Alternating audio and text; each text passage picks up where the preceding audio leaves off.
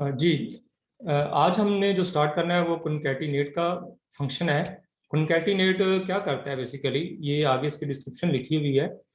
Concatenate join data of two और more sales, कि अगर आपके जो सेल्स हैं, दो या से ज़्यादा सेल्स हैं, उनके डाटा को आपस में आपने कंबाइन करना है, जोड़ना है, जोड़ के उनको एक जगह पे डिस्प्ले करवाना है। तो उसके लिए कॉनकैटिनेट का फंक्शन यूज होता है।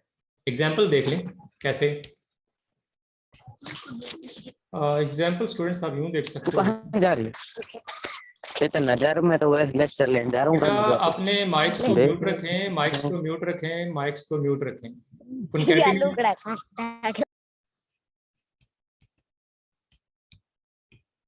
अब तक आप लोगों को इस चीज का पता चल जाना चाहिए कि माइक्स को म्यूट रखा करें। कॉनकैटिनेट का मैंने ये बताया है कि कॉनकैटिनेट का जो फंक्शन है ना, ये दो या से ज्यादा जो सेल्स होते हैं उनके अंदर जो डाटा होता है उसको कंबाइन करके जोड़ के एक ही जगह पे आप डिस्प्ले करवा सकते हैं। एग्जाम्पल के तौर पे देखें, ये दो सेल्स हैं, एक में मैंने लिखा है एप्पल्स, एक में लिखा बनानास। ठीक है। अब आप एक नए सेल के अंदर जैसे ये लिखा हुआ है एप्पल्स एंड बनानास, आप ऐसे शो कराना चाहते हैं तो उसके लिए कॉनकैटिनेट का फंक्शन यूज होगा। ये मैंने मतलब फंक्शन के जरिए डिस्प्ले कराया हुआ है। ये कैसे हुआ है ये देख लें जरा। डबल क्लिक किया, इज इक्वल टू कॉनकैटिनेट का फंक्शन लिखा, और उसके बाद D5 ये वाला सेल, और उसके बाद डबल कोट्स के अंदर एंड। जो टेक्स्ट होती है ना, टेक्स्ट आपने उसको डबल कोट्स के अंदर लिखना होता है। तो ये डबल कोट्स के अंदर मैंने एंड लिखा और उसके बाद D6 कर दिया। तो ये क्या करेगा, ये एप्पल्स और बनाना इनको कॉनकैटिनेट करवा देगा, और दरमियान में जो लिखा हुआ है ना एंड, वो एंड भी डिस्प्ले हो जाएगा। तो देख लें इस तरह से ये आ गया लिखा हुआ। अगर आप इसमें एक चीज नोट फरमा लें, ये मैंने एंड से पहले स्पेस दी हुई है, एंड के बाद भी स्पेस दी हुई है। अगर मैं स्पेसेस खत्म कर देता हूँ, अब देखिएगा ये साथ साथ बिल्कुल सारा कुछ जुड़ गया है, अब सही से रीड नहीं हो रहा। इस तरह से स्पेसेस देनी हो ना, तो आप याद रखिएगा डबल कोट्स के बाद स्पेस दें, और इसी तरह से डबल कोट्स का आपने लिहाज रखना है, और अपनी ज़रूरत के मुताबिक स्पेसेस दे के आप अपना जो डिस्प्ले उसको सेट कर सकते हैं। तो ये अब ठीक है, एप्पल्स एंड बनाना। तो ये एक फंक्शन है। सर अगर एंड ना लिखें फिर? जी सर अगर एंड ना लिखें दरमियान में फिर? एंड नहीं लिखेंगे फिर एप्पल्स एंड बनानास आ जाएगा, देख लें, फिर एप्पल्स बनानास आ जाएगा। ये देखें, मैं एंड नहीं लिखता, खत्म कर देता है, ये खत्म किया। अब क्या होगा, अब एप्पल्स बनानास ऐसे लिखा आ गया, ये देख लें, इस तरह से होगा। मतलब इस तरह से आप ये फंक्शन यूज कर सकते हैं। एक और इसका मैं आपको इस्तेमाल बताता हूँ कॉनकैटिनेट के फंक्शन का। अब देखें, ये मैंने यहाँ पे जो फंक्शन लगाया हुआ है ना, ये आप देख रहे हैं टुडे का, और आपको पता है टुडे का फंक्शन क्या करता है, ये आज की डेट आपको डिस्प्ले करवाएगा। आज की डेट आ गई 5/5/2021। ठीक है। अब आप ये चाहते हैं कि इस अंदाज में लिखा जाए मंथ और आगे मई, ये डेट है, ये डेट आई है, ये मैं डेट्स कुछ लिखी है और ठीक है। अब आप चाहते हैं कि इनके आगे इस तरह से लिखा है मंथ, इसमें मंथ कौन सा आ रहा है, मई आ रहा है, इसमें मंथ कौन सा आ रहा है, ये अगस्त का 8 मंथ आ रहा है, 8, और इस तरह से 12 मंथ आ रहा है, ये आपका दिसंबर आ जाए। तो इस तरह से मंथ लिखा और साथ में कॉलम और आगे स्पेस देके मई लिखा है। तो इस तरह से आप फंक्शन के जरिए कर सकते हैं। कैसे किया गया जरा देख लें। मैंने ये टुडे का फंक्शन लिखा, उससे डेटा आ गई, कुछ और डेट्स मैंने दो को डाल दी आपको समझाने के लिए। अब यहाँ पे डिस्प्ले करवाया है, कॉनकैटिनेट करवाया जी, क्या किया है, मंथ, ये देखिए डबल कोट्स के अंदर मैंने मंथ लिख दिया, और डबल कोट्स ये जो जहाँ पे एंड हो रही है उससे पहले मैंने स्पेस दे दी, ताकि वो रीडेबल हो जाए, आसानी से आप पढ़ सकें। तो स्पेस दे दी, जितनी आपको स्पेस चाहिए आप उतनी स्पेस यहाँ पे यूज कर सकते हैं। उसके बाद अब आप इसमें एक चीज नोट फरमाएं कि टेक्स्ट का फंक्शन भी यूज किया है, यानी कि फंक्शन के अंदर फंक्शन यूज कर सकते हैं आप, फिर फंक्शन के अंदर फंक्शन यूज कर सकते हैं। इस तरह से फंक्शन के अंदर फंक्शन को यूज करने से कहते हैं नेस्टेड फंक्शन। मतलब किसी चीज के अंदर कोई चीज आ जाए उसे कहते हैं ये नेस्टेड फॉर्म में आ गई है। तो अब यहाँ पे किया क्या है मैंने, मंथ ऐसे ही एज इट इज लिखा आ जाएगा, ठीक है, डबल कोट्स के अंदर लिखा हुआ इस वजह से। और आगे टेक्स्ट का फंक्शन आइए आप कर चुके हैं, आपको पता होना चाहिए टेक्स्ट का फंक्शन क्या कर रहा है। यहाँ पे इसने ये किया है कि G6 लो, G6 ये वाला इधर जो डेट आ रही थी वो वाला सेल है बेसिकली, इसके ऊपर वाला सेल वो G6 है। अब उस G6 में क्या करे, उसमें वो देखे कि जो भी लिखा है जो डेट है उसमें M निकाल दे, और आपको पता है जब 4 टाइम्स M आ जाए तो वो उस मंथ का नाम लिख देता है, ये आपने लास्ट टाइम पढ़ा। तो इसके बदले में हमें क्या मिलेगा, आउटपुट पे मंथ लिखा आ जाएगा, कॉलम स्पेस आ जाएगी, और आगे मंथ, मंथ मतलब यहाँ पे वो 5 आ रहा है डेट के अंदर, तो 5 मंथ मई है, तो ये देखें एंटर करें, तो एंटर किया तो इसमें मई आ गया।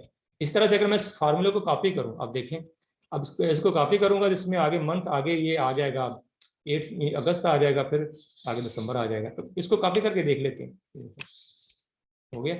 तो इस तरह से जो है ना आप कॉन्कैटिनेट का फंक्शन यूज कर सकते हैं। ओके, अच्छा स्टूडेंट्स, एक और चीज देख लें, कॉन्कैटिनेट का फंक्शन तो आपको पता चल गया। इसी तरह से कॉन्कैटिनेट जो ये काम करता है ना फंक्शन, इसको और एक सिंपल से अंदाज में इस काम को करने के लिए एक और ऑपरेटर यूज होता है जिसे हम कहते हैं एंड। ये एंड का ऑपरेटर है, ये एम्परसैंड आपने पढ़ा होगा। एंड के जरिए भी आप ये काम कर सकते हैं जो आपने कॉन्कैटिनेट के जरिए किया है ना, ये किसी हद तक आप एंड के जरिए भी कर सकते हैं। कैसे, आप देखें, यही चीज एप्पल एंड बनाना, और मैंने ऐसे किया हुआ है। आप देखें ना, तो ये है D5, रीडेबल नहीं हो रहा सही, मैं थोड़ा सा इसका कलर चेंज करता हूँ ताकि ये चीज हमें क्लियर हो जाए। देखें इसमें क्या किया है, D5 आपका ये एप्पल्स वाला है, एंड अच्छा ये जो एंड है ना ये भी कॉन्कैटिनेट करता है। कॉन्कैटिनेट होता है जोड़ना, जोड़ता है। अब एंड ये D5 को किसके साथ जोड़ना है, इनके D5 के अंदर क्या है, एप्पल्स, उसको जोड़ दो किसके साथ, स्पेस आए, फिर एंड लिखा आए, फिर स्पेस आए, इसके साथ ये जोड़ देगा। फिर आगे जोड़ना है तो फिर एंड लिखना पड़ेगा। अब एंड यहाँ पे आगे लिखा है D6 मतलब ये जो जहाँ पे बनाना लिखा है ये वाला भी साथ जोड़ दो। तो ये क्या लिखा आ जाएगा, D5 की जगह एप्पल्स आ जाएगा, स्पेस आ जाएगा, एंड लिखा आ जाएगा, फिर स्पेस आ जाएगा, फिर यहाँ पे आ जाएगा बनानास। तो एंड यूज होता है जब भी कुछ चीज दूसरी चीज के साथ जोड़नी हो। तो देख लें ये उसी तरह से लिखा आ गया। तो आप एंड का इस्तेमाल भी कर सकते हैं, कॉन्कैटिनेट का भी इस्तेमाल कर सकते हैं। इसी तरह से और एक थोड़ा सा और मैं इसको डिटेल में समझाने के लिए काम किया है। ये देखें एंड का इस्तेमाल दोहरा रहा हूँ। ये आपने कुछ लिखा हुआ है कि ये नेम है जी, ये नेम है, ये सेल नंबर है। अब आप बताना चाहते हैं फिक्रे के अंदर कि अली का मोबाइल नंबर ये है, जैसे मैंने लिखा है कि contact number of Ali is this, ठीक है। तो ये आपने इस तरह से कर लिया। अब आप एक फंक्शन के जरिए ये सारा कुछ लिखवा सकते हैं। देखें फंक्शन के जरिए कैसे मैंने किया है, एंड के जरिए मैंने यहाँ पे बेसिकली कर लिया है। ये फंक्शन के जरिए जो आपका कॉन्कैटिनेट है वो भी यूज कर सकते हैं। तो एंड ऑपरेटर भी आसान सा सिंपल सा है, तो मैंने इसका इस्तेमाल किया। कैसे, इज इक्वल टू लिखा, उसके बाद मैंने जो डिस्प्ले करवाना है कॉन्टैक्ट नंबर ऑफ, ये ऐसे ही आए तो मैंने ऐसे ही लिख दिया, ऑफ के बाद स्पेस दी है डबल कोट्स बंद करने से पहले। उसके बाद एंड के बाद ये वाला सेल, ये वाला सेल जो है ये बेसिकली अली ये वाला सेल है, और I4 के नाम से। और उसके बाद ये नहीं कि एंड इसके साथ इसको जोड़ देगा जो भी लिखा होगा, और उसके बाद फिर जोड़ना है आगे। फिर जब भी जोड़ना हो तो एंड लिखेंगे, जब भी कॉन्कैटिनेट करना हो एंड, फिर उसके बाद क्या करना है, फिर इसको भी जोड़ना है, लेकिन इससे पहले और इसके बाद स्पेस भी दे दी, और फिर उसको जोड़ना है किसके साथ, J4 के साथ। इस तरह से लिखा आ जाएगा कॉन्टैक्ट नंबर ऑफ, आगे आ जाएगा L4 यानी सॉरी I4 क्या अली आ जाएगा, contact number of Ali is J4 ये नंबर आ जाएगा। तो देखें ये इस तरह से आ गया। ये आपने एक दफा कर लिया फंक्शन का इस्तेमाल, आप इसको आप कॉपी कर सकते हैं, जो लिखा होगा ऑटोमेटिकली ये सारा कुछ लिख लेगा। ये देखें तो कितना जबरदस्त का काम है। तो ऑटोमेटिकली ये काम इस तरह से कॉन्कैटिनेशन के जरिए आप कर सकते हैं। कॉन्कैटिनेशन के लिए मैंने जैसे बताया कॉन्कैटिनेशन का फंक्शन है, और दूसरा आप एंड ऑपरेटर यूज कर सकते हैं। तो इसकी प्रैक्टिस कीजिएगा, इंटरेस्टिंग है। अच्छा नेक्स्ट देखें, नेक्स्ट जो फंक्शन आ रहा है वो है सम इफ का। अच्छा कॉन्कैटिनेट में किसी को कोई चीज नहीं क्लियर हुई तो बता दे।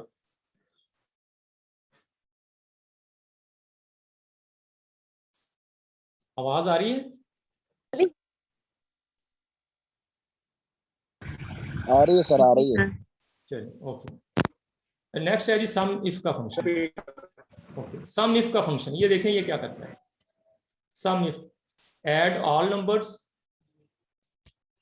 जी, सम क्या करता है, sum if add all numbers in a range of cells based on a given criteria.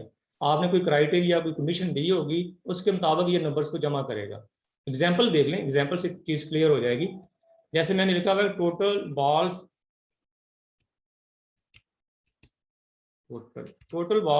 Balls other than green. हम कहते हैं यहाँ पे रेड ग्रीन ब्लू येलो ये कलर है, इस इन कलर के यानी कि बॉल्स हैं, कुछ गेंद हैं, 1 2 3 4 4 कलर हैं।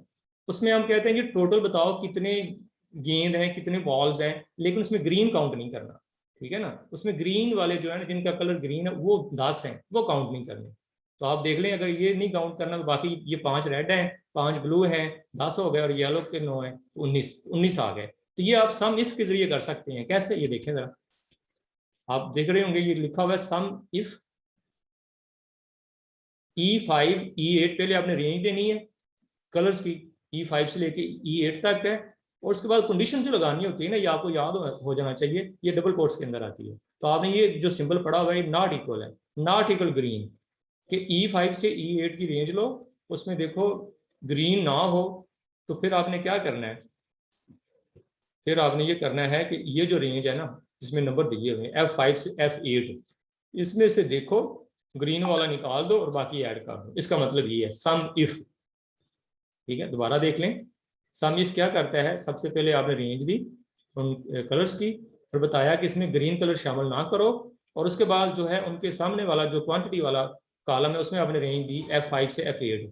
उसमें आप कहते हैं ग्रीन वाले के जो बॉल्स हैं वो ना गिनो, बाकी गिन के ऐड कर दो, क्योंकि फंक्शन ही सम इफ का है, सम करो अगर ये हो तो। ठीक है, तो ये देख लें 19 दे दिया। अगर आप येलो को ये लेट से 20 कर देते हैं, उसके मुताबिक चेंज आ जाएगा। ग्रीन को अगर आप 50 भी कर देना, जवाब में कुछ चेंज नहीं आएगा। क्यों? क्योंकि वो हमने उसमें शामिल ही नहीं किया हुआ। तो सम इफ का फंक्शन इस तरह से यूज होता है। असल में ना ये बात का जब आप काम कर रहे होते हैं ना, इस तरह की रिक्वायरमेंट्स आती हैं कि इस तरह से करो जी, इन चीज़ों को ऐड करो जिनका इस तरह का सीन हो। तो ये आपको समझाने के लिए एग्जाम्पल मैंने बता दी है, बाकी जो है इसकी प्रैक्टिस आप कीजिएगा तो इंशाल्लाह चीज़ें और क्लियर होती जाएंगी। सर रिपीट कर देते हैं। हाँ जी, सम इफ का फंक्शन क्या करता है, सम इफ का फंक्शन ये करता है कि आपकी कंडीशन को देखता है और उसके मुताबिक जमा करता है। अब कंडीशन मैंने यहाँ पे ये बताई थी कि ये कलर्स हैं, उनके इतने इतने वॉल्स हैं, तो आपने ग्रीन वाला जो है ना वो कलर, उनके वॉल्स जो है कितने हैं वो नहीं काउंट करने, बाकी काउंट करके जमा कर दो, सम कर दो इफ अगर ये हो तो यही किया, सम करो इस रेंज में से, देखो ग्रीन कलर शामिल नहीं है, नॉट इक्वल है, ये आपको पता ही है। और उसके बाद मैंने कहा ग्रीन ना हो तो फिर क्या करें, फिर इस रेंज में आ जाए, इस रेंज में आ जाए, बाकी बात इस फंक्शन के अंदर छुपी है, सम कर दो, तो सम ये इस रेंज में से कर देगा, ग्रीन के जो बॉल्स के नंबर है वो निकाल के, तो वो उसने सम कर दिया। ओके,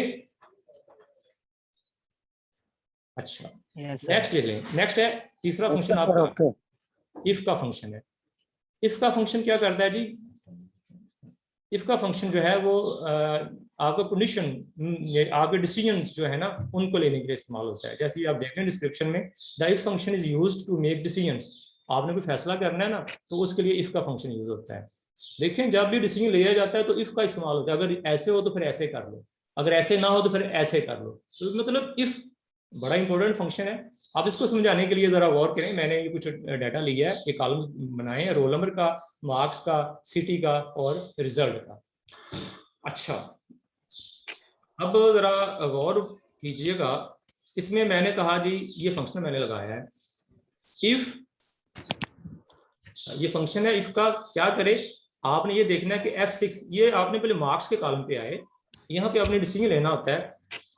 तो इफ पहले आप देखें ना, जब आप इफ का फंक्शन लिखते हैं साथ हेल्प भी आती है, पहले लॉजिकल टेस्ट लिखना है।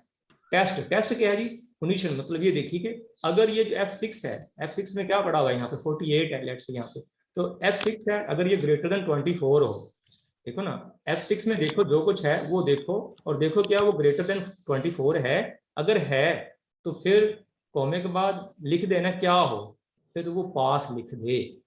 अगर तो ये बात सच हो क्या कि F6 जो है वो ग्रेटर देन 24 है, अगर सच है तो पहले वाली बात वो लिख दे, डिस्प्ले करवा दे। अगर ये ना बात सच हो, फॉल्स हो, तो फिर फेल लिख दे। ये है फंक्शन, दोबारा देख लें।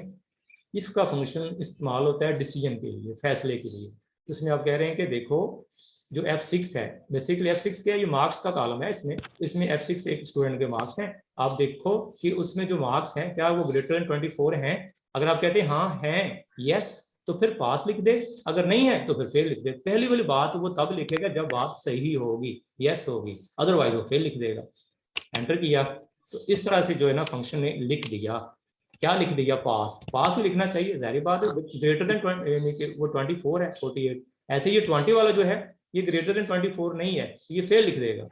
ऐसे ये 40 है, ये ग्रेटर देन 24 है, तो ये भी फेल, ये भी आपका पास लिख देगा। और 24 है, ये ग्रेटर देन 24 नहीं है, तो ये फेल लिख देगा। फार्मूला कॉपी करेंगे ऑटोमेटिकली ये काम हो जाएगा। ये देखिए, ठीक है। तो इफ का फंक्शन इस तरह से काम करता है।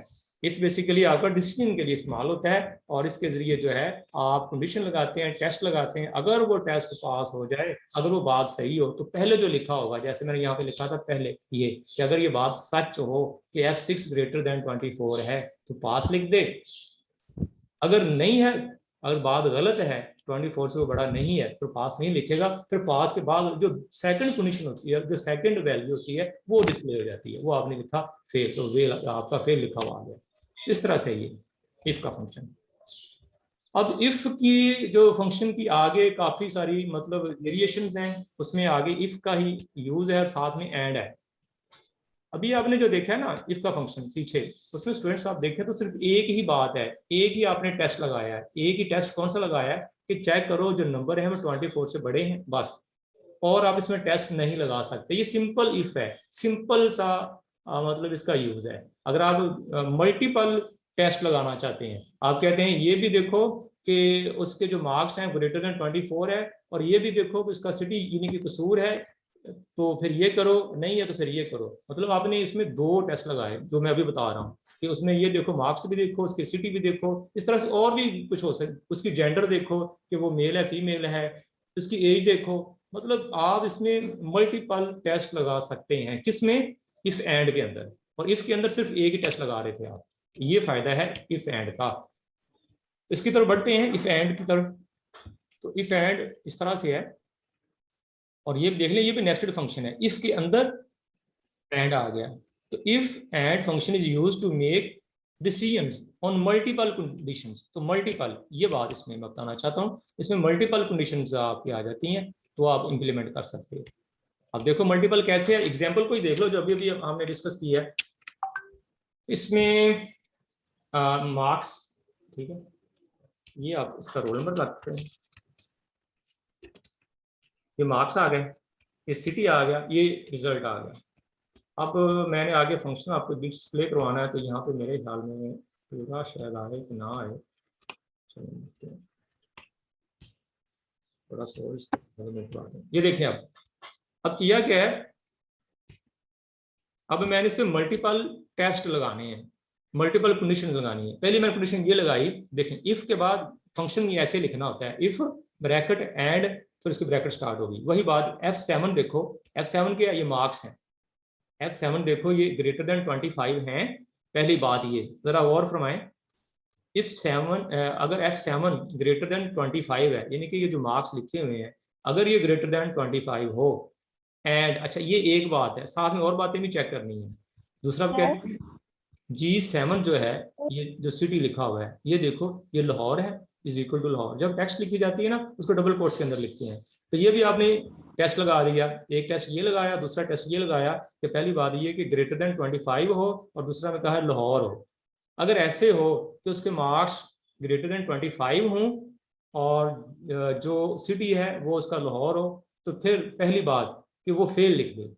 उल्ट कर दिया, हम लाहौर वालों को चाहते हैं कि हर दफा फेल ही हो, लेट्स से। तो वो उसने किया क्या है, उसने फार्मूला, उसको फंक्शन ही ऐसा बना दिया है कि उसमें वो फेल ही लिखा आएगा। कैसे, F7 अगर ग्रेटर देन F7 अगर लेस देन, ये सिंपल लेस देन का है, F7 लेस देन 25 हो। पहली तो बात ये कि देखो F7 25 से कम हो, और G7 जो है वो इज इक्वल टू लाहौर हो, तो फिर फेल लिखा है, अदरवाइज पास लिखा है। तो हम इसको देखते हैं, F7 यहाँ पे क्या है, F7 48 है, ये लेस देन 25 है नहीं, ठीक है। लेकिन दूसरी बात है कि G7 ये लाहौर है, तो इसकी वजह से इसमें ये फेल लिख देगा। क्यों, क्योंकि आपने कहा है कि ये और ये हो, अगर ये बात सही इनमें से हो तो फिर क्या लिखे, फेल। ये देखते हैं पास लिखा इसने कैसे, एक मिनट दोबारा से देखते हैं। अच्छा जी, F7 लेस देन 25 हो जी, F7 लेस देन 25 यहाँ पे नहीं है, ये 48 है, 48 लेस देन 25 नहीं होता। और दूसरा उसने कहा है कि G7 is equal to Lahore हो, ये लाहौर भी नहीं है, सिटी इसका लाहौर भी नहीं है ना, तो ये 25 से लेस है। आप देख रहे हैं 48 लेस देन 25, ऐसा नहीं है। और दूसरा क्या है, G7 जो है ये वाला सिटी, वो लाहौर भी नहीं है। तो दोनों बातें नहीं है, तो इसलिए ये पास लिखेगा। क्यों लिखेगा पास, दोबारा देख लें, F7 जो है वो 48 है, लेस देन 25 हो, लेस देन 25 नहीं है। अच्छा जी, और दूसरी बात G7 जो है वो इज इक्वल टू लाहौर, तो ये वो भी नहीं है, ठीक है। तो ये बात मतलब सही है कि ये लेस देन 25 भी नहीं है और लाहौर भी नहीं है, तो ये बात इस तरह से ठीक हो रही है। तो जो पहला लिखा हुआ है फेल लिखा हुआ फेल लिखा आ जाएगा। अच्छा, जो चीज आपने पहले लिखी होगी ना, अगर कंडीशन ट्रू हो रही होगी तो वो लिखी जाएगी, अदरवाइज दूसरी लिखी जाएगी, ये याद रखिएगा। पीछे मैंने जरा उल्ट कर दिया है, पीछे कुछ और था, यहाँ पे उसके अपोजिट कर दिया है, जिससे कंफ्यूज नहीं होना। दोबारा एक दफा फिर मैं रिपीट करता हूँ। इसमें पहली बात ये की है कि F7 जो है, जो कि 48 मार्क्स हैं, लेस देन 25, ठीक है। इसमें 48 लेस देन 25 नहीं है। G7 is equal to Lahore नहीं है, नहीं है। तो इसमें क्या करे, फेल लिख दे, अदरवाइज पास लिख दे। तो दोनों बातें हैं कि ना ये लाहौर है सिटी इसका, और ना ही ये लेस देन 25 है, तो इसलिए यहाँ पे ये क्या लिख देगा, पास। और अगर इसी तरह से अगर आप नेक्स्ट आते हैं, ये इस पे कॉपी करके सबको कॉपी कर देता हूँ, देखें फेल उसने लिखा। अब एक स्टूडेंट ऐसा है जिसके मार्क्स 24 हैं और है वो कसूर का रहायशी, इसलिए उसने पास कर दिया। और लाहौर का जो बंदा है, देखें उसके लेस देन 25 हैं। अच्छा, ये उसके लेस देन 20, ये देखें 25 है, लेकिन G8 लाहौर है, तो ये जो F8 है ये 20 है, 20 लेस देन 25 है, ठीक है। तो मतलब ये बात आपकी ट्रू हो गई, इसलिए इसने यहाँ पे इसको फेल लिख दिया। आपका टाइम रह गया 10 मिनट। और इसी तरह ये जो नेक्स्ट है, ये भी देख लें। इसमें F9 आपका 40, उसी तरह से लेस देन 25, और G9 आपका सिटी लाहौर। तो अगर कंडीशन ट्रू होगी तो पहले वाली चीज लिखी जाएगी, अदरवाइज बाद वाली, बस ये इसमें याद रखना है। और एक बात इसमें ये याद रखने वाली है कि ये जो आपका है ना इफ एंड, ये मल्टीपल जब आप ने यूज करनी हो कंडीशन, उसके लिए यूज होता है, ये लिखा हुआ है। अच्छा, उसके बाद है जी इफ और। इसी तरह से जैसे ही हमने एंड की बात की है ना, इसी तरह से इफ और है। If or function is used to make decisions on optional conditions. इसमें ऑप्शंस होती हैं आपके पास। ऑप्शंस कैसे हैं देखें। ऑप्शन ऐसे हैं कि आप कहते हैं इफ ये और, उसी तरह से लिखना है, एंड की जगह और आना है। और का मतलब है या होता है, आपको पता है। या में ये होता है अगर उनमें से कोई एक बात सच हो जाए ना, तो वो चीज जो है ना वो पहले वाली लिख देगा, कोई एक बात भी उनमें से ट्रू हो जाएगी। आप कहते हैं जैसे कि F8 यानी कि ये 48 है, लेस देन 25 हूँ, तो 48 लेस देन 25 नहीं है, ये बात सच नहीं है। और G8 is equal to Lahore, ठीक है। तो आप देखें पास लिख दिया इसने, क्यों लिखा है, क्यों, क्योंकि इसने कहा F8 जो है वो लेस देन 25 नहीं है। नहीं है तो ये एंड वाली बात होती है, अगर सही हो तो पहली बात लिखेगा। तो इसमें F8 48 मार्क्स हैं, ये लेस देन 25, ये बात सच नहीं है। सच नहीं होती तो बाद वाली अगर होती तो ये इसने फिर लिख देना था। और है, और का मतलब इनमें से कोई भी बात एक ठीक हो जाए, G8 is equal to Lahore, अगर ये भी बात सही हो जाए, बात सही हो जाती तो फिर इसने फेल ही लिखना था, नहीं होती तो पास। अगर इनमें से कोई एक शुरू में आप देखते हैं, जैसे एक साइड से चलते हैं, एक साइड से चले, 48 मार्क्स जो हैं वो लेस देन 25 नहीं है, नहीं है तो मतलब एंड वाली बात पास लिख देगा। तो इसमें इस तरह से और में मैं दोबारा बता दूं, और में ये होता है अगर उसने मल्टीपल कंडीशंस दी हुई, पहली कंडीशन है, दूसरी है, तीसरी है, चौथी, उसमें से कोई भी एक अगर ट्रू हो जाती है तो वो जो पहले आपने लिखा हुआ है वो लिखा जाएगा। और अगर कोई भी कंडीशन उसमें वो ट्रू नहीं होती, कोई भी फॉल्स हो जाती है, तो वो बाद वाला लिख देगा। और चलना अपने सीक्वेंस के साथ ही, तरतीब के साथ ही होता है। तो इस तरह से ये इफ और का फंक्शन है। Concatenate sum if and if or. जी, जहां तक कोई क्वेश्चन। सर वो जकिया सेलेक्ट हो गया था, नेटवर्क इशू था, वो कह रही है कि एक्सेप्ट करना। अब जिनका वो इस तरह से मसले मसाइल आते हैं वो लेक्चर को सुन लीजिएगा, क्योंकि आपको मिल तो जाना ही है। अभी जिन्होंने वो सुना है कुछ चीज पूछनी तो पूछ लें।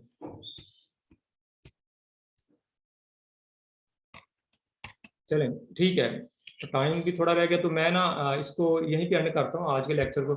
आखिरी हमारे नेक्स्ट 5 फंक्शंस रह गए हैं, तो वो इंशाल्लाह हम कल करेंगे।